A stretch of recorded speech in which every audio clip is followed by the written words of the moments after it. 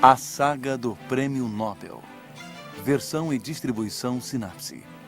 A saga do Nobel é a história das grandes descobertas e das ideias do século XX. Einstein, Curie, Pavlov, Fleming e também Camus, Hemingway, Luther King e o Dr. Schweitzer já se tornaram lendas. O primeiro Prêmio Nobel da Paz é concedido em 1901 a Henri Dunant, o criador da Cruz Vermelha. Em 1918, Fridtjof Nansen cria um passaporte para os prisioneiros de guerra que se tornaram apátridas. Estes dois homens foram os pioneiros da ação humanitária. Semeadores da Paz. Henri Dunant nasce em Genebra, no dia 8 de maio de 1828, em uma família calvinista. Ele cresce aprendendo a amar o próximo. Seu avô materno é diretor do hospital. Seu pai, um comerciante rico, cuida de órfãos. Sua mãe sustenta várias famílias necessitadas. Henri, desde bem jovem, dedica suas horas de lazer aos pobres. Aos domingos, ele vai à prisão para ler histórias e falar com os prisioneiros. Até os 23 anos, ele se dedica à propaganda cristã. Mas seu pai o intima a trabalhar e ele vai para a Companhia Genovesa das Colônias de Sétif. Na Argélia, supervisiona a construção das fazendas da companhia e cuida dos contatos com os órgãos públicos. Ele se comove com a miséria dos habitantes e acha que seria preciso associá-los ao progresso econômico.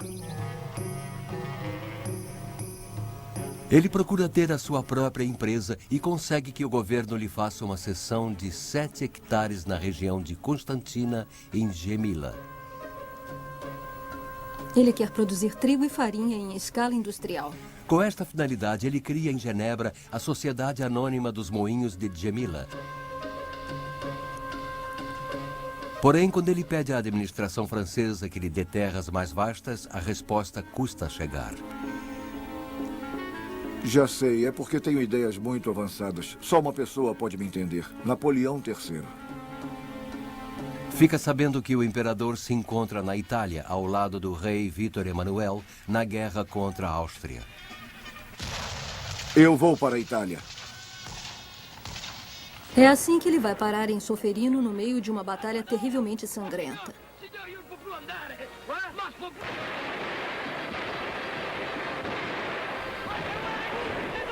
300.000 homens se enfrentam nas colinas sob um sol impiedoso.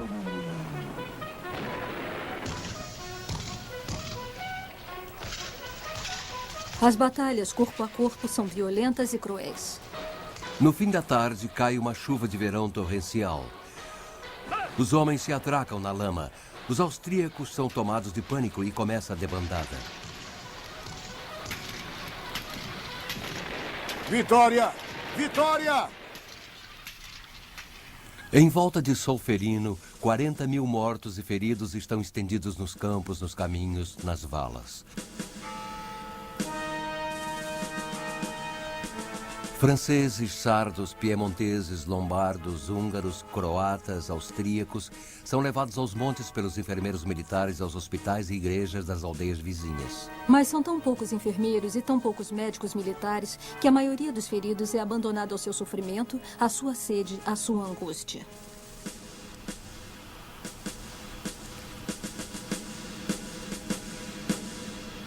Dunant não é médico, mas logo começa a cuidar dos feridos. Faz curativos em um, dá de beber ao outro, consola um agonizante.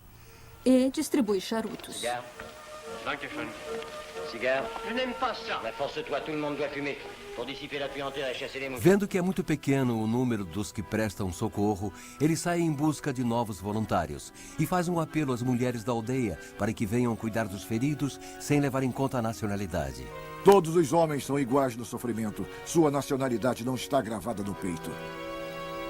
Elas se convencem do que ele diz e vão cuidar dos feridos, dizendo: Tutti fratelli, todos irmãos. De volta a Genebra, perseguido pelas lembranças do que viveu, ele escreve um livro, Uma Lembrança de Solferino, no qual relata, indignado, a desproporção monstruosa que existe nos campos de batalha entre o número de vítimas e a capacidade dos serviços de socorro.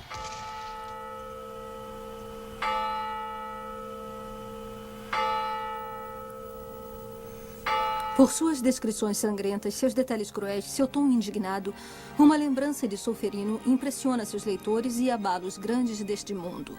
Você serve à causa da humanidade. Escreve para ele Victor Hugo e os irmãos Goncourt. Saímos deste livro com a maldição da guerra. Reis e rainhas aprovam a ideia de Dunant de criar em cada país sociedades civis de socorro aos feridos de guerra, compostas por voluntários dedicados, qualificados e neutros.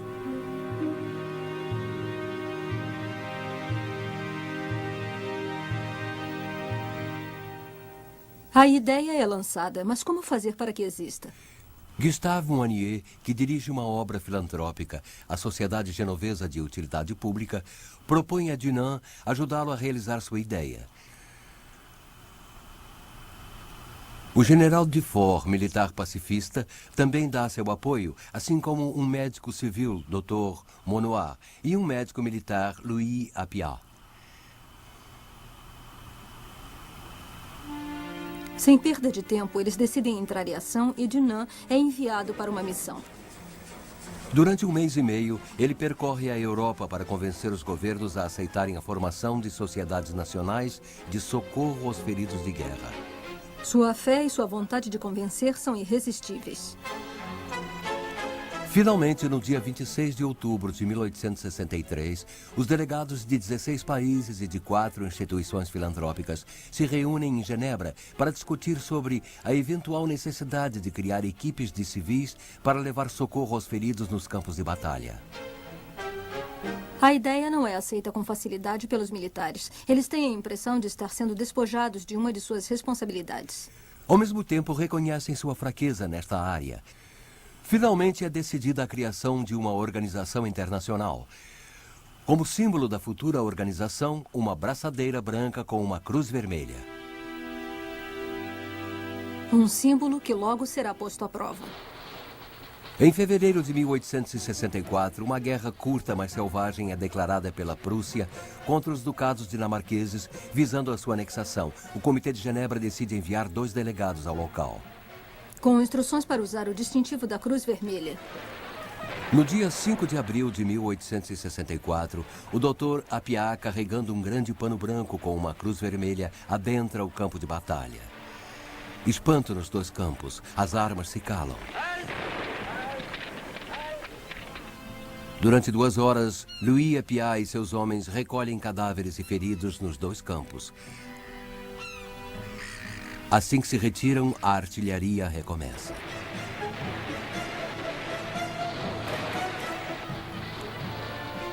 A Cruz Vermelha acaba de provar a sua utilidade. Falta apenas ser reconhecida oficialmente pelos governos. O que acaba acontecendo em agosto de 1864. Os embaixadores de 14 países assinam o que chamamos até hoje de Convenção de Genebra. É a certidão de nascimento da Cruz Vermelha.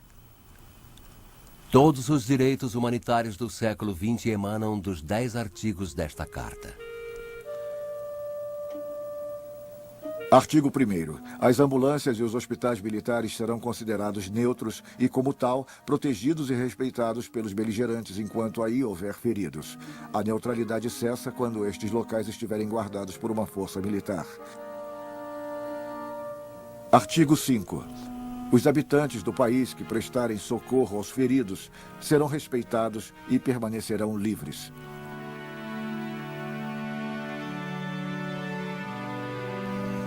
A partir deste ato, a Cruz Vermelha se desenvolve rapidamente em vários países.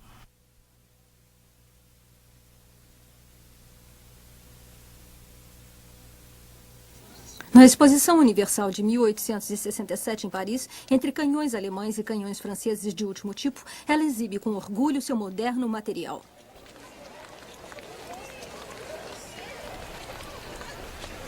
Mas Dunant pouco se interessa pela demonstração. Semeador de ideias, ele já vê outros terrenos a serem conquistados.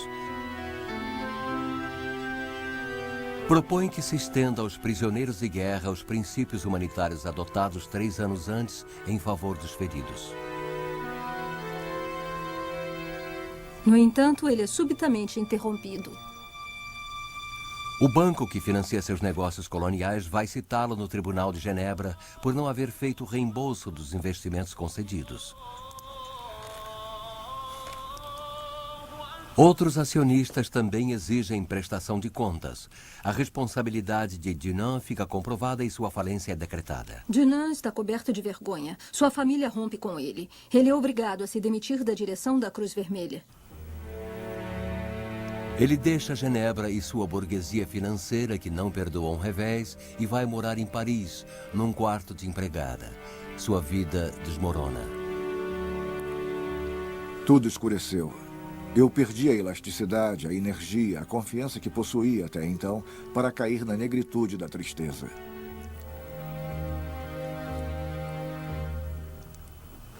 Mas a guerra franco-prussiana vai lhe dar a oportunidade de se reerguer. Escreve para a imperatriz e para o ministro da guerra para lembrar-lhes a Convenção de Genebra. Durante o cerco de Paris, ele é visto em toda parte. Ajuda os voluntários e não perde uma chance de transmitir suas ideias pacifistas. Exerçam suas funções da neutralidade. Sua bandeira não é a de nenhum país, é a bandeira da humanidade. Alguns dirão: durante a guerra, a neutralidade é a covardia. Mas eu lhes digo, a neutralidade no auge do combate é a maior coragem.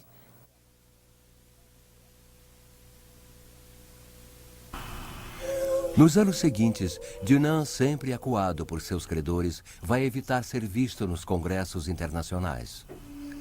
Já sem recursos, ele vai aceitar a ajuda de uma rica viúva, sua admiradora, Eva Kastner. Ela lhe pede para promover uma invenção de seu filho, o pirofone. Dunant transforma-se então em vendedor demonstrador e vai ser visto tocando esse tipo de órgão nas feiras. Ele está apaixonado por sua protetora, mas não ousa se declarar. Ela era rica e eu pobre. Nós nunca fomos amantes. Após a morte de Eva Kastner, em 1888, ele fica perdido. Começam então suas andanças pela Europa, sempre evitando Genebra. Andanças que vão durar 4 anos.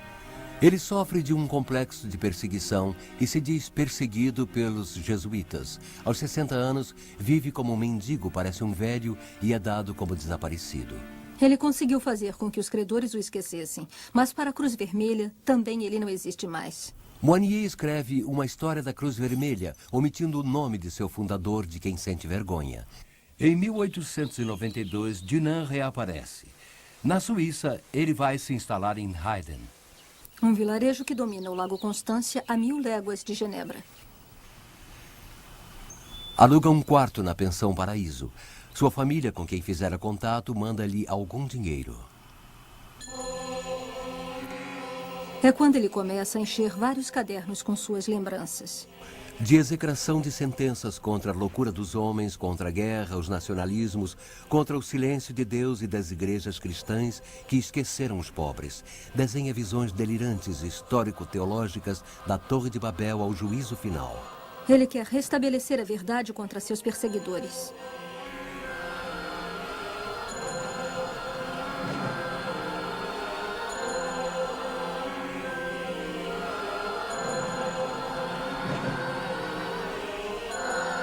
Mas a hora do reconhecimento está próxima. O Dr. Alter, o médico de Heiden que trata de Dunant, sabe quem ele é e espalha a notícia. Dunant não morreu. Dunant está aqui.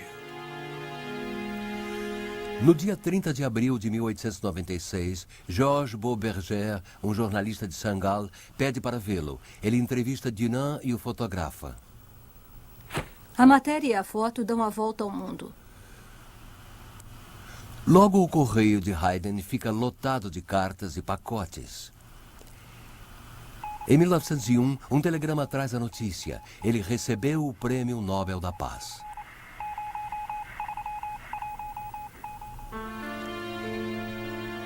Dunant doou o dinheiro para as instituições de caridade. Morre em 1910, feliz por ter se reabilitado. Deixa a fortuna para o hospital local para criar um leito gratuito perpétuo. Dinan era um utopista e um profeta. Sua visão planetária permitiu-lhe imaginar a maior organização humanitária que já existiu. Há mais de um século, a Cruz Vermelha está presente em todos os campos de batalha, em todas as zonas de conflito, e recebeu os únicos prêmios Nobel da Paz concedidos durante as 2 guerras mundiais.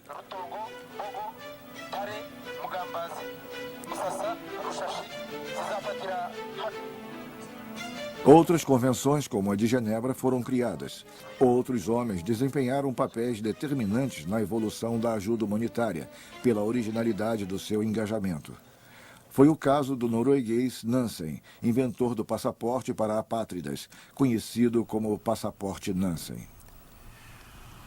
Fridtjof Jof Nansen nasceu em 1861. O mesmo ano em que Dinan escreveu uma lembrança de Solferino. Ele cresce no campo, perto de Oslo.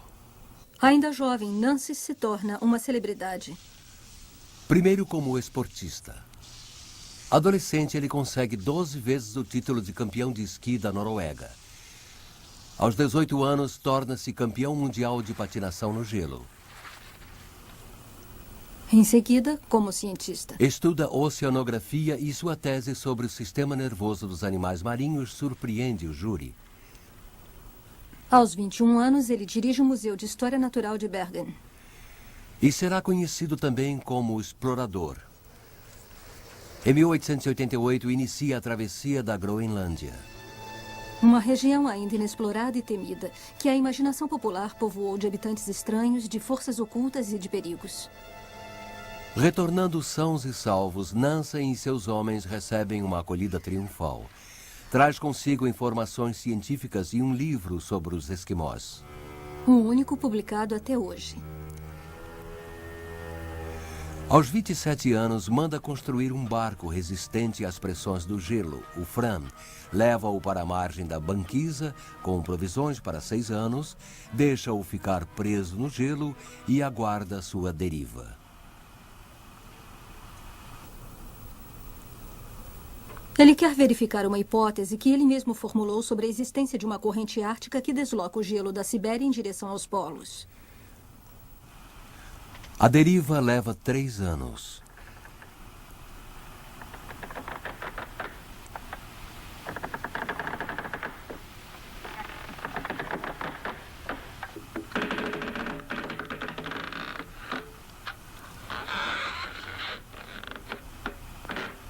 Para se ocupar durante esta lenta deriva, Nansen e um dos membros da sua equipe, Johansen, tentam alcançar o polo.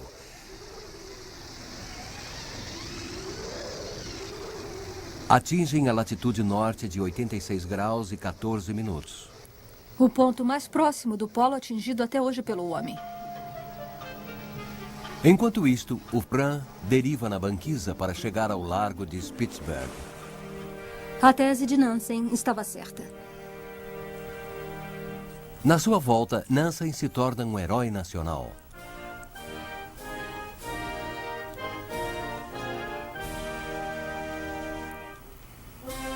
Nessa época, a Noruega está sob a autoridade da Suécia e da Dinamarca. Em 1905, um movimento popular exige a independência. Nansen luta por esta reivindicação. A Suécia esboça uma ameaça de guerra. Nansen é enviado a Copenhague e a Londres como embaixador para interceder pela causa da Noruega. Com habilidade, consegue negociar a liberdade do seu país. O Reino da Noruega é criado. O primeiro rei coroado chama-se Nakhon VII. A Nansen é proposto o cargo de primeiro-ministro. Mas ele recusa para poder continuar suas pesquisas. No entanto, aceita ficar 2 anos em Londres como embaixador. Em 1908, após a morte de sua esposa, ele volta para Oslo e se dedica à ciência. Em 19 1917, os Estados Unidos entram em guerra contra a Alemanha e decretam um bloqueio alimentar visando não somente os aliados da Alemanha, mas também os países neutros. A Noruega, como país neutro, está ameaçada. Nansen é convocado para convencer os Estados Unidos a pouparem o seu país. Vai para Washington e obtém um acordo. Nesta ocasião, é confrontado diretamente com a lógica da guerra e toma consciência da monstruosidade dessa matança mundial. Mas como evitá-la? Obrigando os governos a discutirem sobre tudo sem parar num mesmo organismo.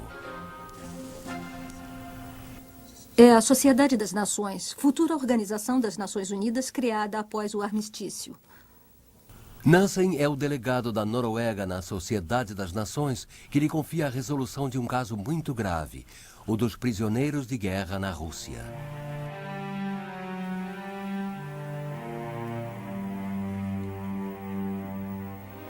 São 500 mil soldados que vivem miseravelmente nos campos. Eles têm fome, têm sede e muitos não têm mais família. A Rússia de Lenin não reconhece a Sociedade das Nações, mas aceita que Nansen, como notório explorador, cuide em caráter pessoal do problema. Em poucos meses, Nansen consegue coletar fundos, requisitar navios e levar de volta para casa esses condenados de guerra, pertencentes a 26 diferentes nações. Durante a operação, ele descobre a extensão da fome na União Soviética. Em 1920, as colheitas foram ruins. A guerra sangrou o país e desorganizou a agricultura. Milhões de pessoas morrerão de fome se não forem socorridas. Lenin lança um apelo à ajuda internacional, mas os governos fingem não ouvir. Só a Cruz Vermelha reage e pede a Nansen que a ajude. Nansen tem visto de permanência em Moscou. Ele procura a Sociedade das Nações, mas a resposta é negativa. É negada a ajuda para a Rússia soviética. Nansen não desanima. Ele consegue coletar fundos em diversos países para comprar comida e levar para Moscou, para Leningrado e para a Ucrânia.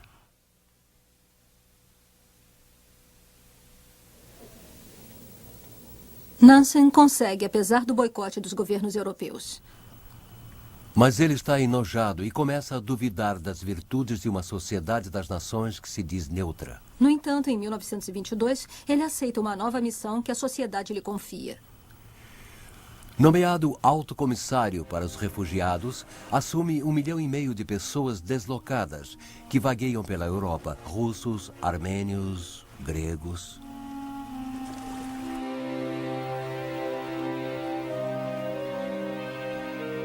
É preciso, antes de tudo, ajudar os refugiados a sobreviver. Em seguida, assegurar a sua integração em um país de acolhida e, finalmente, dar-lhes um estatuto jurídico.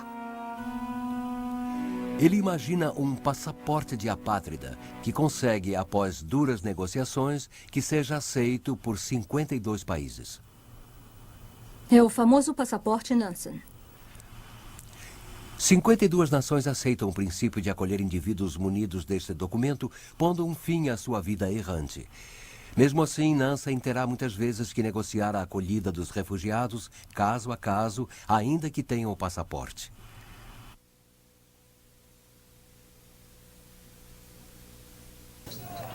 Logo, Nansen vai ter de enfrentar os efeitos da guerra greco-turca. 1,5 milhão de gregos são expulsos da Ásia Menor. A Grécia é contra acolher essa multidão de refugiados. Nansen obtém uma subvenção da Sociedade das Nações para facilitar a sua reinserção. Em seguida, obriga os governos turco e grego a se entenderem sobre uma troca de população. A Turquia se compromete a receber 500 mil turcos que vivem na Grécia. Em 1922, Nansen recebe o Prêmio Nobel da Paz por sua obra em favor dos refugiados. Até sua morte em 1930, ele vai continuar sua luta pela dignidade dos homens, Pelos armênios, vítimas do ostracismo turco. contra as penitenciárias, como a de Caiena, que agravam terrivelmente a condição do condenado à prisão perpétua, E pelo desarmamento, causas que ele defenderá durante várias conferências internacionais. Fridtjof Nansen e Henri Dunant. Deram uma forma moderna aos princípios cristãos de caridade e compaixão.